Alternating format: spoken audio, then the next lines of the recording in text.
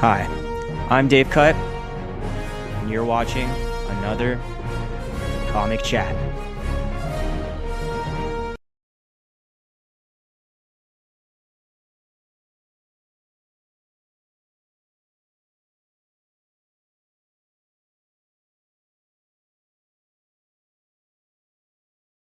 Hi, guys. Back again today, and in today's Comic Chat, there is a lot of talk of self harm, so viewer discretion is advised. That being said, this is the second chapter to Peter Parker Spider Man Back in Black.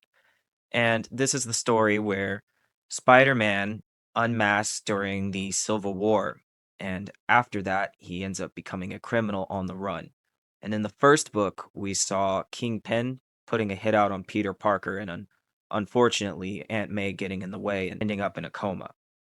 So, this is the second chapter. And in the first chapter, we saw Spider Man taking on Calvin Zabo as he built a bunch of different Spider Man. So this picks up right after that with the story of Eddie Brock, aka Venom. So this is the Sensational Spider-Man, number 38. And you can see here lies Eddie Brock. So this story starts off with Eddie Brock looking kind of frail walking through a hospital, reminiscing over his life back when he was young and he was happy, but also blaming Peter Parker for everything that went wrong in his life, with the Sinclair scandal that wrecked his career to his first suicide attempt that was interrupted by an alien symbiote looking for a host, saying it's Parker's fault again. Even the countless times that he was humiliated as the villain Venom, mostly at the hands of Peter Parker. And he says even when he got his death sentence and he found out that he had terminal cancer, he says, haven't figured out how Parker's responsible for that yet, but I will. Even going down and saying my conversation and decision to sell my symbiote to the highest bidder, even a villain. And then he says, even a second, more successful suicide attempt when I learned that my good intentions were all for naught, since the new Venom was killing innocents indiscriminately. A man is born, he lives, he dies. And as he walks through the hospital, he thinks he's alone, but he says he's not haunted by just memories. And this is The Last Temptation of Eddie Brock, Part 1. And he is haunted by more than memories, as we see that none of that he tried to do got rid of Venom. He tells Eddie that he's been around the whole time, even after everything that he's tried to do to him, trying to sell him as cattle, tried to have doctors biopsy him, and try to set him free. After all of that, Venom's still there. And now he's just waiting for him to die. And he says at the end, and I started to wonder why. Was I a part of something, a greater design? So this is definitely a different story than in the movies. This one, Eddie hates Venom, and kind of seems like Venom hates Eddie. As everything's starting to make sense to him now, he sees that Peter Parker was actually Spider-Man the whole time, and he sees that Spider-Man's actually wearing the black suit again, and Venom saying, well, just like old days. And he starts to freak out, saying maybe his story isn't finished just yet. Maybe he was being saved for something, and just then he sees Aunt May and MJ are actually in the same hospital as him. And he says, how is this even possible? Parker's family's here with me, delivered to me. As he runs away, and Venom stopping him, saying, stop, Eddie, asking so many questions and toughen up. This is what we were waiting for. As we go inside the hospital bedroom where Aunt May and MJ are, we see MJ kind of blaming herself for everything that happened, saying that the bullet was actually meant for her and that Peter had dove and pushed her out of the way, and that's why it flew and hit her.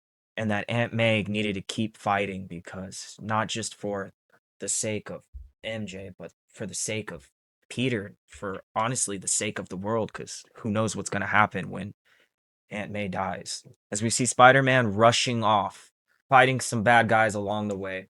And after he gets done webbing them up, he asks the victim to call the cops. And she's kind of like, that's it? Call the cops. She's kind of giving him a hard time, saying that this is her first time being mugged. And he should ask if she's all right and she's supposed to comfort her.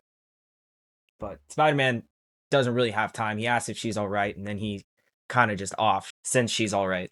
So Spider-Man finally reaches his destination, and as he's crawling through the window, we see he's there to meet with none other than Madam Web, and he's come to ask for her help. And what he's asking her to do is basically a seance for Aunt May. But Madam Web tells him your Aunt May isn't dead. But Peter says they gotta be something that they can do, there gotta be some way to reach her. And Madam Web actually telling him that there is a way to do what he is asking, but the only way that it's going to happen is if that Aunt May wants to be reached.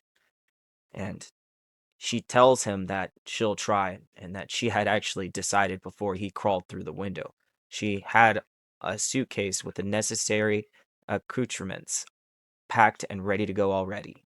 As we cut back to the hospital, we see Eddie arguing with Venom over how did these things happen? None of it made sense. How did his greatest enemy's family end up here helpless and unprotected?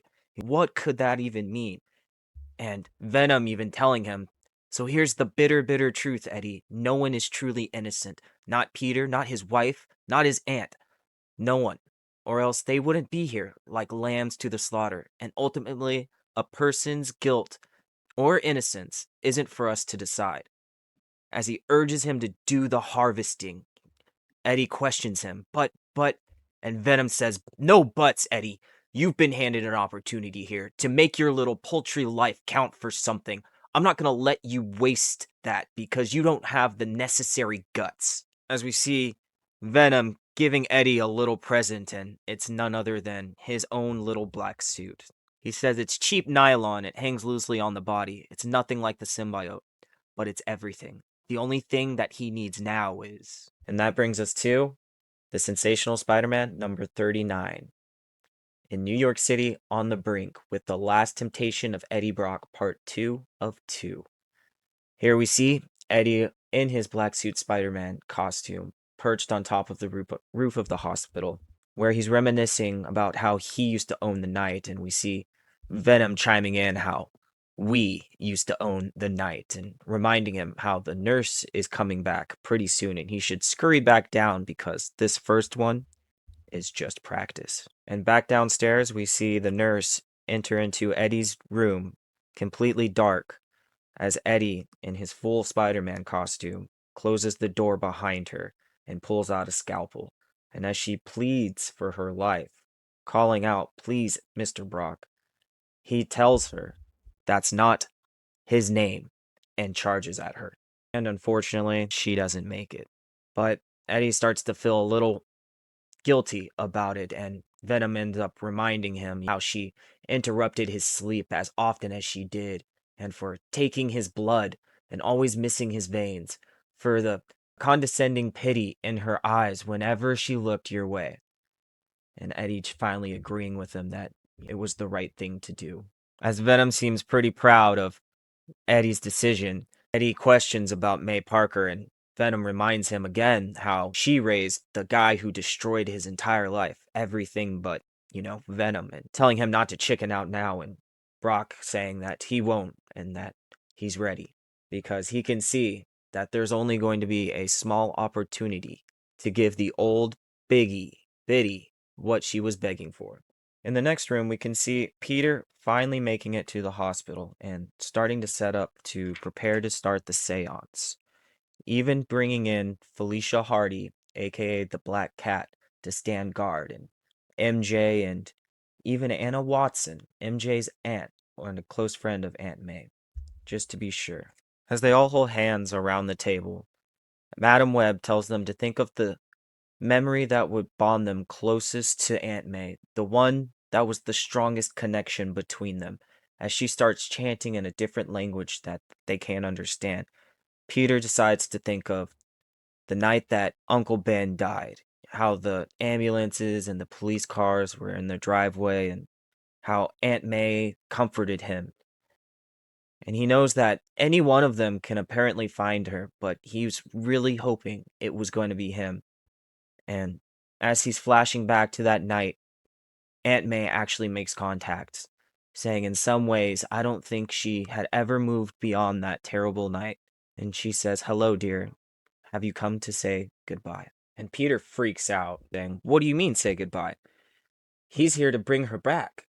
And she tells him she's tired. They've been down this road too many times. And Peter questions her, "Are you giving up, Aunt May?"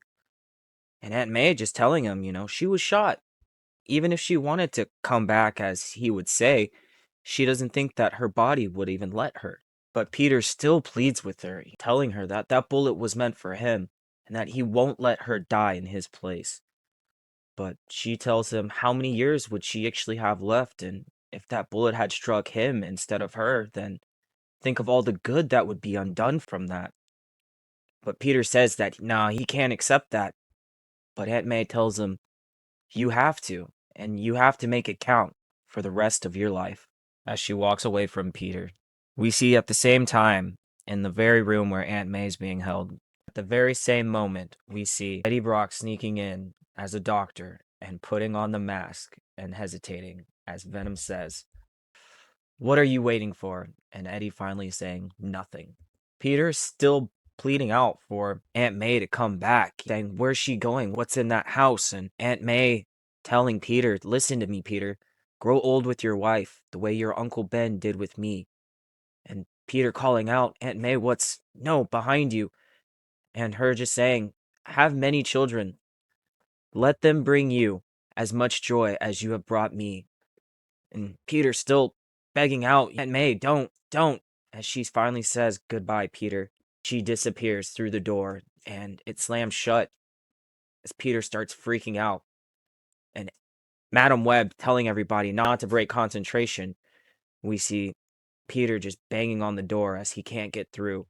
And finally, it's over. And Madam Web says, "The energies are draining." So back in the hospital room, we can see Eddie standing over Aunt May, kind of having a breakdown, talking with Venom. Venom questioning her, "Why isn't she dead?" Him saying, shut up, he can't concentrate." And Venom laughing, like, "Concentrate?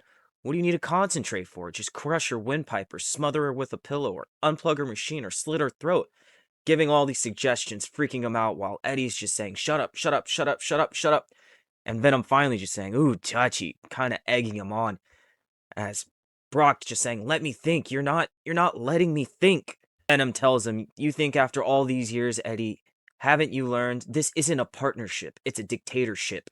Now do as you're told." And as Peter and everybody else are walking the hall after having the seance, Peter's telling them how he actually made contact and there was something else there. And then all of a sudden his spider sense goes off and he says, "There's something wrong," as he runs off and rushes to Aunt May's door and opens it just to find none other than Eddie Brock sitting on a broken windowsill as he tells Peter that Aunt May's all right. He wanted me to hurt her, but I wouldn't. The nurse, yes, but not someone so as innocent and as good as your aunt. And Peter kind of questioning him, not knowing what's going on. "Who wanted you to hurt Aunt May?"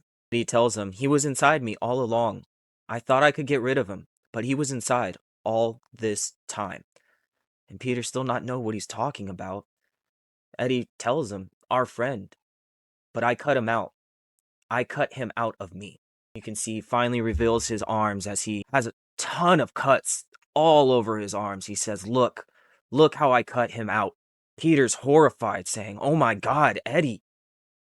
Eddie says, "I've done terrible things," as he steps in the windowsill, "but I'm not a terrible person," as he falls backward out the windowsill. And as Eddie falls to his death, he asks for forgiveness. And Peter shoots some webs and saves his life. But when Eddie wakes up in the hospital, he's surprised he's still alive. And Venom's actually the one that tells him that Peter's the one that saved him. And then Eddie freaks out even more, surprised that Venom's still there. After he tried to cut him out of him, Venom tells him, "Oh yeah, I'm still here. I'm not going anywhere, Eddie." And Eddie finally coming to terms with that, saying, "Fine, fine with me. Now that we know who's in charge." And that's it, guys. That was the end of the story of Eddie Brock. What a story. And after all that Eddie Brock went through to still have Venom in him, That's a symbiote bond for life, truly. So, in the next one, we have one chapter left, and it's To Have and to Hold, the story of Peter going to talk to Death to try to save Aunt May. So, thanks for tuning in, guys, and till next time.